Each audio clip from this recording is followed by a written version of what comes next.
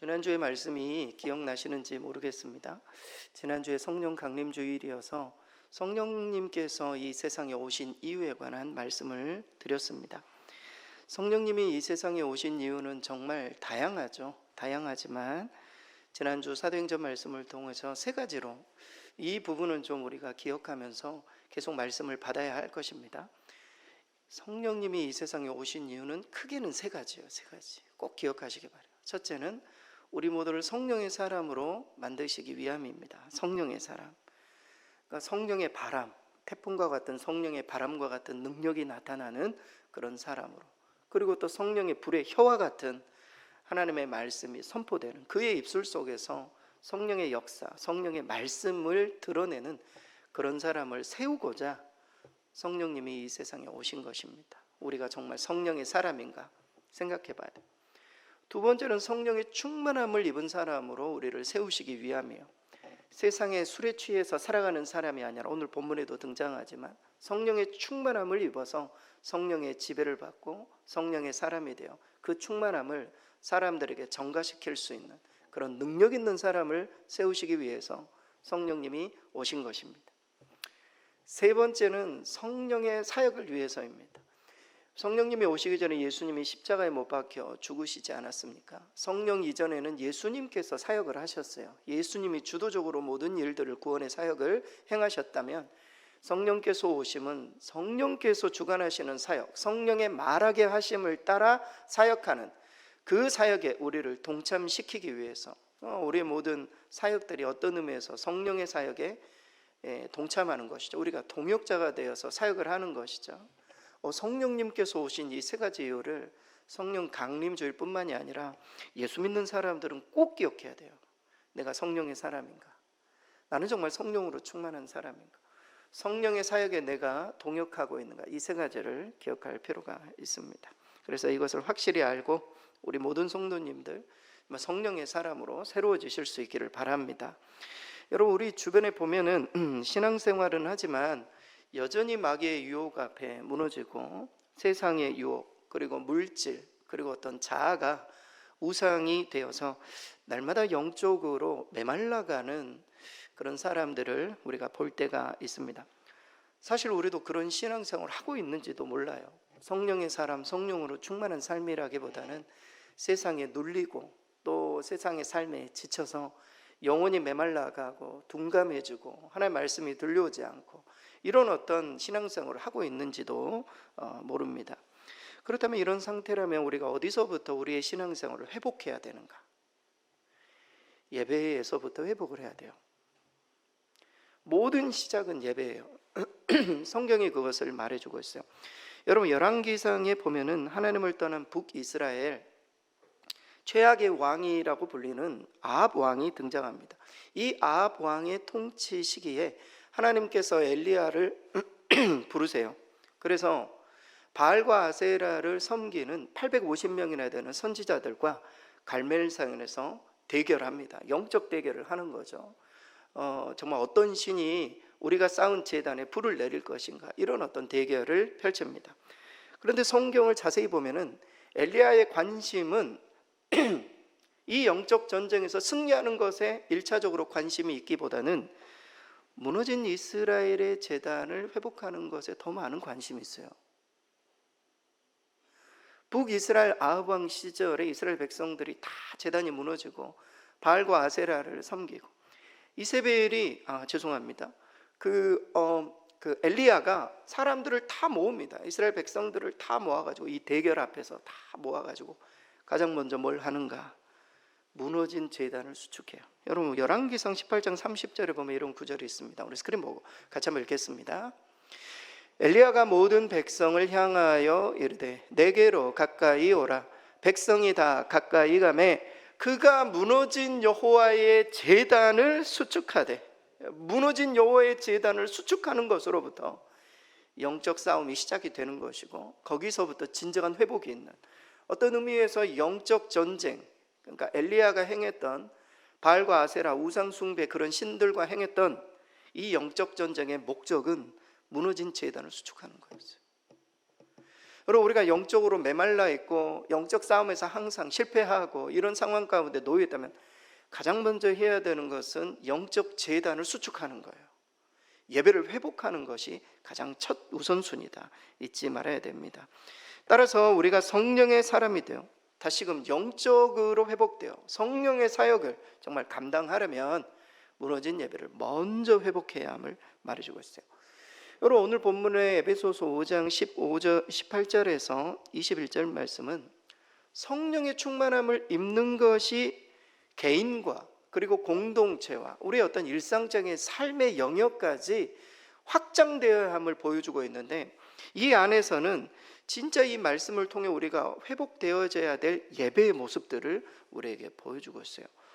이 부분을 좀 하나씩 살펴보면서 우리가 정말 성령의 사람이 되어서 회복되어져야 될 어떤 그 예배, 어떤 예배가 회복되어져야 되는지 좀 말씀을 통해 살펴보겠습니다.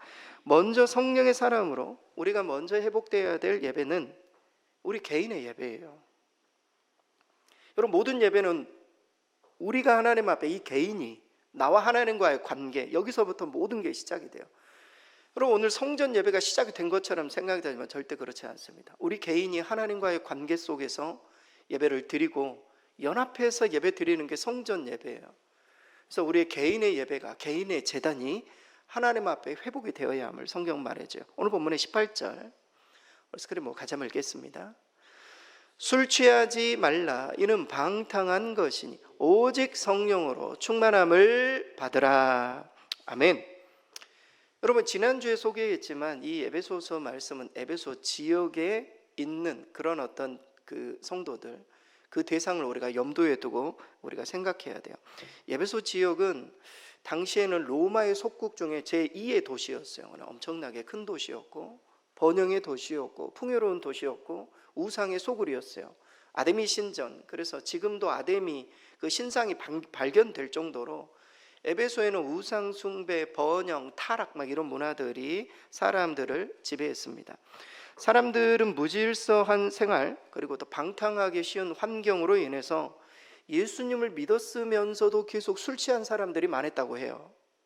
예배당에 오면은 당시에는 이렇게 포도주를 먹지 않았습니까? 성찬식에도 포도주를 먹고 사람들이 이 세상 문화에 너무 찌들려 살아가지고 교회 와가지고 술 취한 상태로 교회도 오고 막 이래가지고 변화되지 않는, 오늘 말씀이 그런 배경이 나오는 거예요. 술 취하지 말라고. 여러분, 우리가 고린도전서에 보면 고린도 교회에도 술 취한 사람들이 그렇게 많았어요. 한국 교회 초기에도 말이죠, 복음이 증거됐을 때 우리나라 유교 문화권은 항상 술 문화잖아요. 그래서 예수님을 믿어도 교회 안에서 술 냄새가 퍼지고 선교사님들이 술 마시지 말라고 끄는 거예요. 사실 우리 한국 교회는, 외국 교회들은 한 잔씩 하지 않습니까? 독일이나 유럽 교회 가면 다 포도주를 한 잔씩 한다고요. 음식에 곁들여서 마시고. 근데 우리나라는 초기 문화의 이 술 문화 때문에 교회의 어떤 사역들이 엄청난 어려움이 있었기 때문에 선교사님들이 처음부터 아예 정책적으로 예수 믿는 사람들 술 마시면 안 된다고 끊어버린 것이죠. 그래서 오늘 본문의 내용이 그런 겁니다. 그러면 사도 바울이 에베소 교회에 어떤 이야기를 하냐면, 이 문화에서 우리가 벗어나기 위해서는, 이런 어떤 타락한 문화, 우상숭배 문화에서 벗어나기 위해서는 오직 지혜 있는 자같이 해야 된다. 15절 말 우리가 읽지는 않았지만 15절 오직 지혜 있는 자같이 해야 된다. 17절 말씀에 오직 주의 뜻이 무엇인지, 여기서 이 오직이 중요합니다. 이 방법 외에는 다른 방법이 없다는 거예요. 오직 주의 뜻이 무엇인지 이해해야 된다. 그리고 오늘 본문에 오직 성령으로 충만함을 받아야 된다. 다른 방법이 없다는 거예요. 세상의 타락한 문화 속에서 우리의 개인이 우리의 영성을 참으로 회복하고 영성을 유지하고 신앙생활을 예수님의 제자로 살아가기 위해서는 오직 정말 지혜 있는 자같이 세월을 아끼고 주의 뜻이 무엇인지 알고 하는 말씀을 가까이 하는 것이죠. 오직 성령으로 충만함 받는 이 길 외에는 없다. 근데 여러분, 에베소 그 지역이 지금의 현대보다 더 타락했는가? 저는 그렇게 보지 않거든요. 지금 현대가 훨씬 더 타락되어 있습니다. 우리의 생각이나 우리 얼마나 즐겁고 풍요롭고 자기 마음대로 생활할 수 있고 자기가 원하는 시간에 마음껏 그냥 즐거운 것들을 다 그냥 향락을 누릴 수 있는 그런 시대에 살아가고 있어요. 시간적으로 보면은 지금 얼마나 많은 사람들이 자기가 우상이 되고, 때로는 스마트폰이 우상이 되고, 때로는 건강이 우상이 되고, 때로는 모든 사람이 우상이 되어서 이 세상은 에베소 지역보다도 훨씬 더 타락해 있단 말이죠. 사도 바울이 이 세상에 와서 복음을 전한다면 똑같은 이야기, 아니 이거보다 더 세게 이야기를 할 거예요. 지혜 있는 자같이 세월을 아껴야 된다. 분초사회를 살아가지만 그 분초사회가 정말 세상에 쓰는 시간들이 얼마나 많나요? 하나님 앞에 쓰는 시간보다. 우리의 개인의 어떤 영성, 어떤 개인의 어떤 예배가 회복되지 않으면, 사실 사도 바울은 오늘 이야기를 할 때 다 개인들에게 이야기를 하고 있는 거예요. 술 취하지 말라고. 이것은 방탕한 것이다. 열매가 더러운 것이다. 오직 성령으로 충만함을 받지 않으면 이 시대를 우리가 영적으로 회복할 수도 없고 살아날 수도 없다. 무너진 제단을 회복하기 위해서 우리 개인의 제단을 회복해야 됨을 사도 바울은 이야기를 하고 있습니다. 여러분, 개인의 제단을 회복한다는 것, 개인 예배를 회복한다는 이것은 뭐 다른 게 아니에요. 하루의 시작을 하나님께 기도하고 하나님의 말씀을 묵상하며 시작하고 하나님의 뜻이 무엇인지를 항상 묻고 우리의 일상적인 삶 가운데 정말 말씀과 기도 안에서 살아가는 것, 이 개인의 영성이거든요. 그런데 이게 아주 기본적인 거면서도 이 기본적인 것을 안 할 때가 너무 많다는 거예요.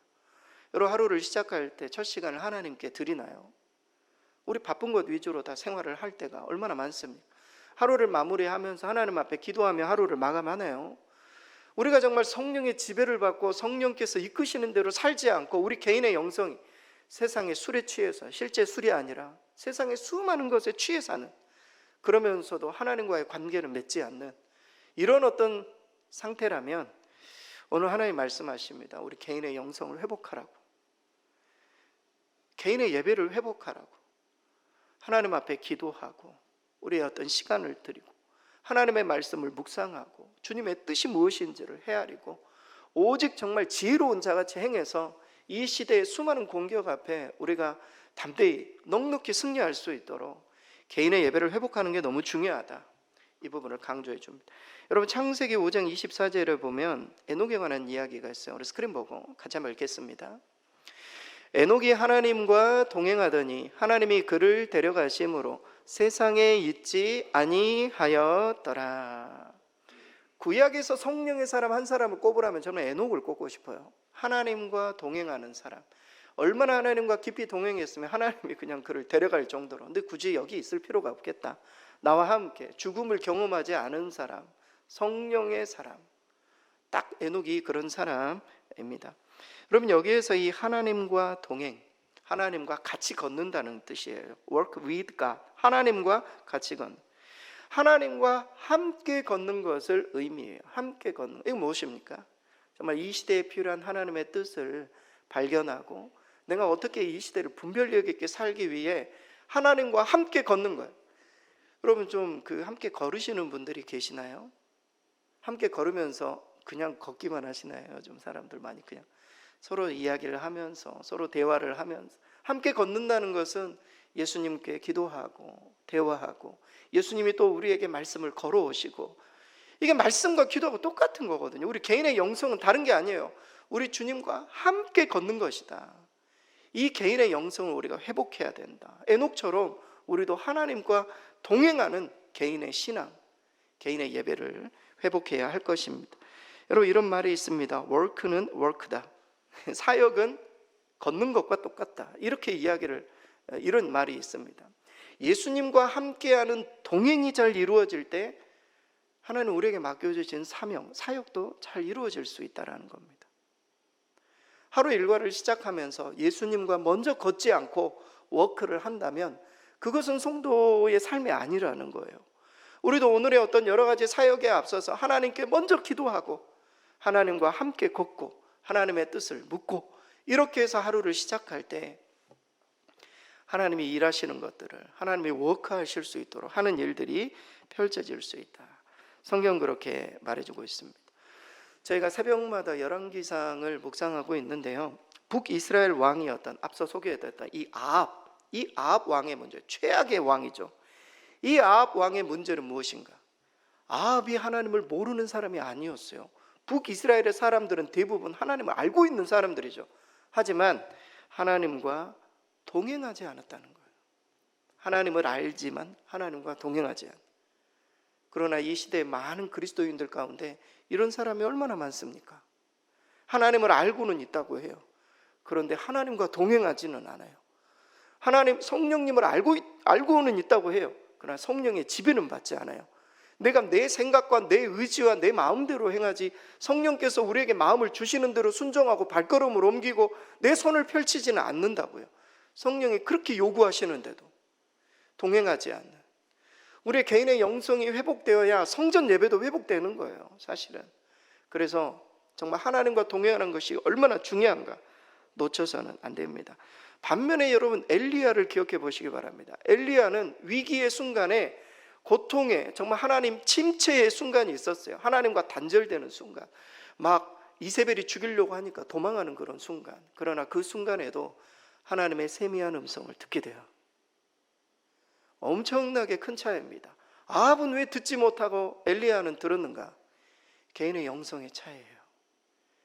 매 순간마다 하나님의 말씀을 들으려고, 하나님과 동행하려고 노력하는 사람은 위기의 순간에 하나님이 말씀할 때 들려오는 거예요. 하지만 아합 왕은 아무리 선지자를 보내서 말을 해도 돌이키지를 않아요. 영적으로 둔감해요. 왜냐하면 매 순간 하나님과 동행하지 않았기 때문에. 여러분, 우리가 하나님과 동행하는 가장 큰 기쁨, 우리 개인의 예배를 회복하는 가장 큰 기쁨은 위기의 순간에 하나님의 음성이 들려온다는 거예요. 개인의 예배, 이 예배가 회복되어야 우리 신앙도 회복되고 우리 모두도 성령의 사람으로 이 세상을 넉넉하게 승리할 수 있는 것입니다. 여러분, 우리의 신앙이 메말라져 가지 않기를 원합니다. 정말 뜨거운 영성을 가지고 하나님 앞에 예배하기 위해서 우리 개인의 영성, 개인의 예배가 회복되어야 된다. 말씀과 기도를 하나님 앞에 설 때, 영적으로 민감할 때 오늘 말씀도 들려오는 거거든요. 근데 아무리 이야기를 해도 말씀이 안 들려오고 위기의 순간 영적으로 도움을 받을 사람이 아무도 없다면 얼마나 이게 비참합니까? 그래서 우리가 영적으로 회복해야 된다. 우리 개인의 예배를, 정말 개인의 예배를 회복하실 수 있기를 바랍니다. 두 번째로, 성령의 사람은 성전의 예배를 회복해야 됩니다. 개인 예배로만 그쳐서는 안 되고 성전에 나와 함께 예배하고 교제하고 사역할 때 우리 모두가 함께 성령의 충만함을 입게 돼요. 오늘 본문의 19절 말씀 우리 스크린 보고 같이 한번 읽겠습니다. 시와 찬송과 신령한 노래들로 서로 화답하며 너희의 마음으로 주께 노래하며 찬송하며. 18절 말씀이 마치 개인에게 주는 성령의 충만함이라면 19절 말씀은 함께 더불어서 서로 화답하고 마음으로 주께 노래하는, 그러니까 개인의 어떤 영성 예배가 성전의 어떤 예배, 함께 모여서 공동체로 드려지는 예배로 이어져야 함을 보여줍니다.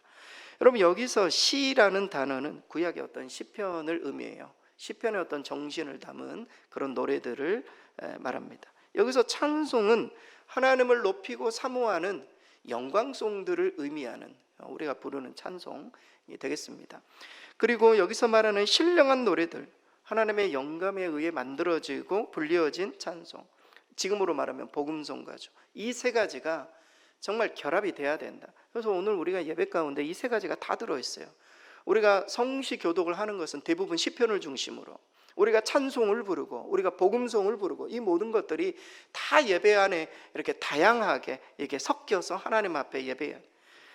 중요한 것은 공동체 예배는 다양한 방식으로 하나님께 대한 사랑과 은혜를 표현해야 됨을 강조해주고 있습니다. 더 정확하게는 예배의 자유함이에요.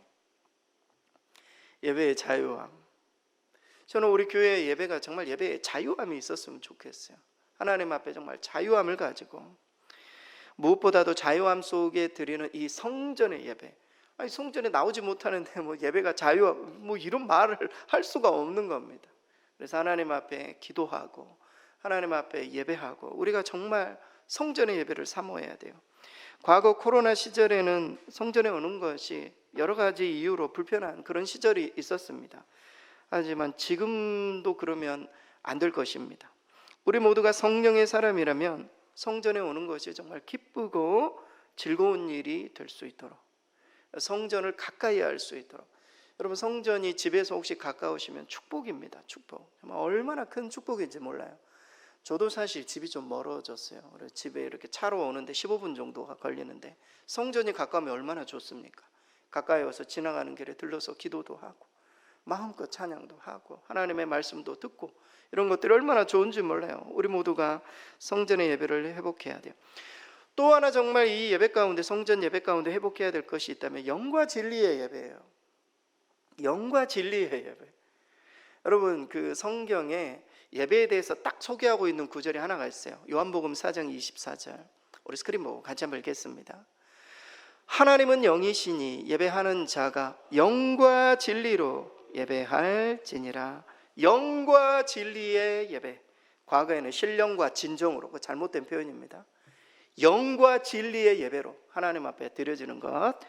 과거 예배에 관한 논쟁이 있었을 때 사람들이 전통적인 예배가 맞는가, 열린 예배가 맞는가, 이런 논의들이 있어요. 무엇이 맞습니까? 정답은 성경적인 예배가 맞습니다. 전통적인 예배, 성경적이면 그게 맞아요. 열린 예배, 그 안에 성경의 어떤 그 정신이 담겨 있다면 그 예배도 맞는 것이죠. 성경적인 예배의 핵심 무엇인가? 영과 진리의 예배예요. 그게 전통적인 예배이든 그게 열린 예배이든 찬양의 예배이든 상관없어요. 그 안에 영과 진리의 예배가 있다면, 정말 영으로 성령 안에서 우리가 하나님을 찬양하고 예배하며 성령께서 이끄시는 대로 지배를 받아 하나님 앞에 온전한 예배를 드릴 수 있다면, 예배 가운데 하나님의 진리가 선포되는 영과 진리의 예배가, 진리가 선포되어서 진리 가운데 자유함을 얻고 하나님의 말씀을 통해 우리의 생각과 마음이 변화를 경험하고 삶의 결단이 일어나는 영과 진리의 예배, 이게 성경적인 예배예요. 오늘 우리 교회가 영과 진리의 예배, 우리 교회는 그런 예배를 드릴 거라고 믿습니다. 영과 진리의 예배로 하나님 앞에 나아가는 예배가 너무나도 중요해요. 다양한 예배를 연구하는 사람들, 그 이유의 중심에 어떻게 하면 영과 진리의 예배를 드릴 수 있을까, 이런 고민이 들어있어야 돼요. 회중들의 마음을 기분 좋게 하고 더 많은 사람들을 모이게 하기 위한 예배가 아니라, 그 예배가 영과 진리의 예배인가, 성령이 운행하시는 예배인가, 진리가 선포되는 예배인가, 그냥 딴소리 하다가 끝나는 예배가 아닌가, 그런 예배가 아니라 진리가 선포되고 말이죠, 성령으로 반응하고 이런 예배가 될 수 있도록 하는 것이 중요해요. 한 예배학자가 이런 말을 했어요. 우리는 살아서 펄펄 뛰는 그리스도인이 되기 위해 예배한다. 무슨 말입니까? 펄펄 뛰는 그리스도인, 정말 이게 무감각하고 그냥 메마른 심령 가운데 하나님 앞에 예배드리는 그런 예배가 아니라, 성령으로 정말 충만해서 우리의 영이 살아 움직이고 정말 뜨거운 마음으로 영적으로 펄펄 뛰는 그런 예배. 우리가 뭐 육신으로 펄펄 뛰는 게 아니라 영과 진리의 예배, 그 예배를 사모하는 그런 의미입니다. 여러분, 우리가 그 초대교회의 어떤 그 예배학을 연구하다 보면은 초대교회 예배는 매우 시끄럽다고 해요. 초대교회 예배 상상해 보시길 바랍니다.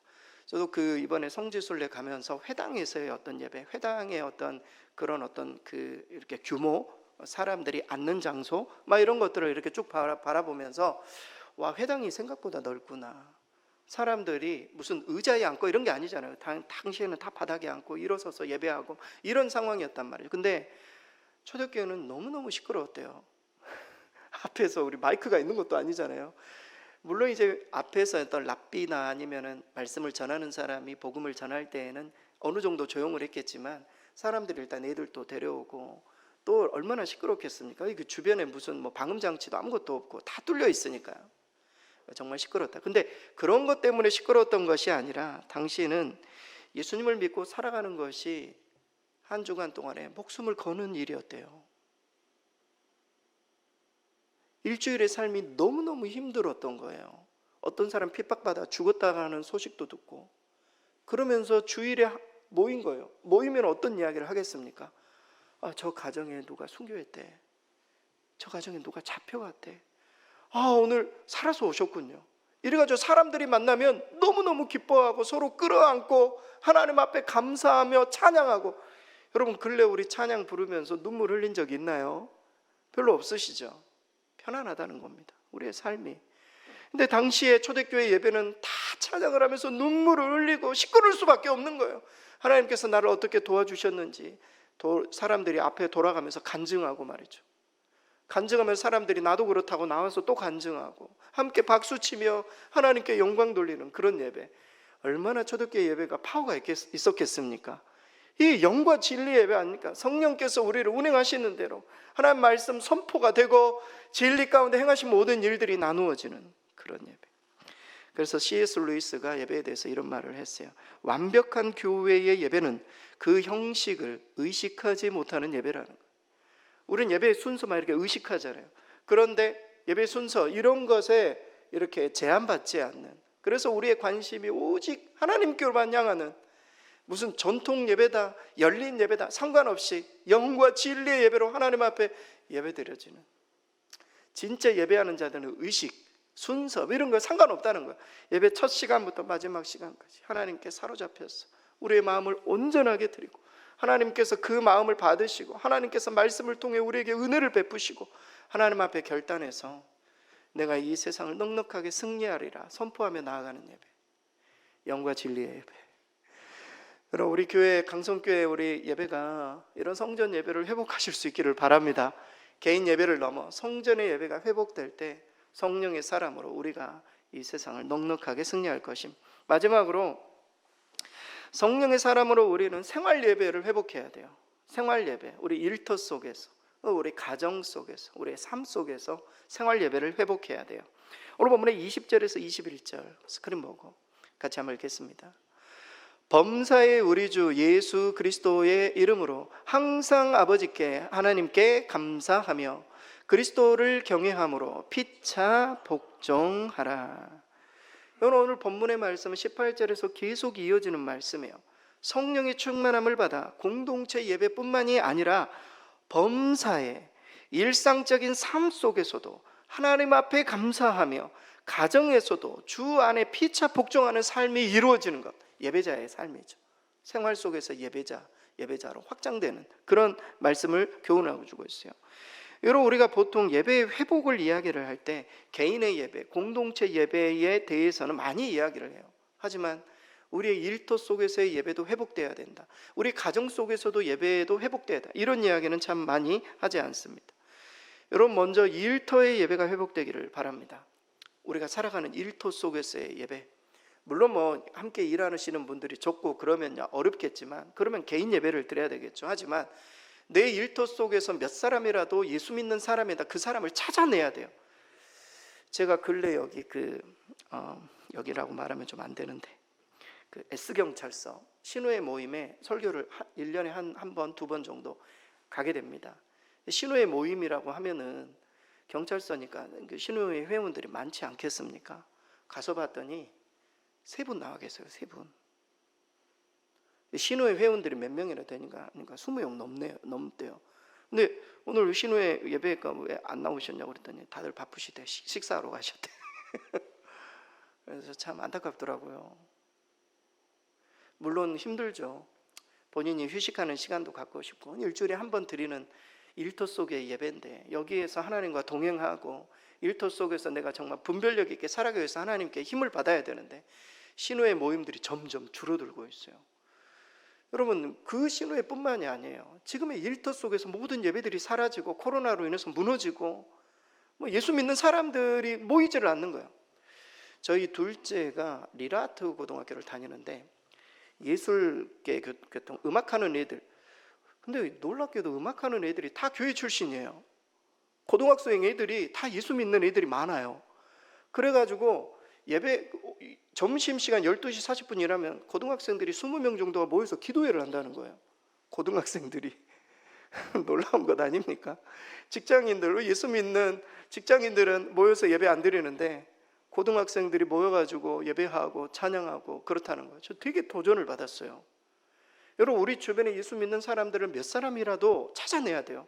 그래서 함께 감사를 나누고, 오늘 본문에 뭐라고 합니까? 감사, 항상 아버지께 범사에 항상 아버지께 감사하며, 서로 만나서 다른 이야기할, 일주일 동안 하나님께 우리의 일터 속에서 감사할 일들 나누고, 기도의 제목 잠깐 나누고, 일터를 위해서 기도의 제목 좀 몇 가지 해서 함께 기도하고, 일터 속에서 정말 예배가 회복되어져야 된다.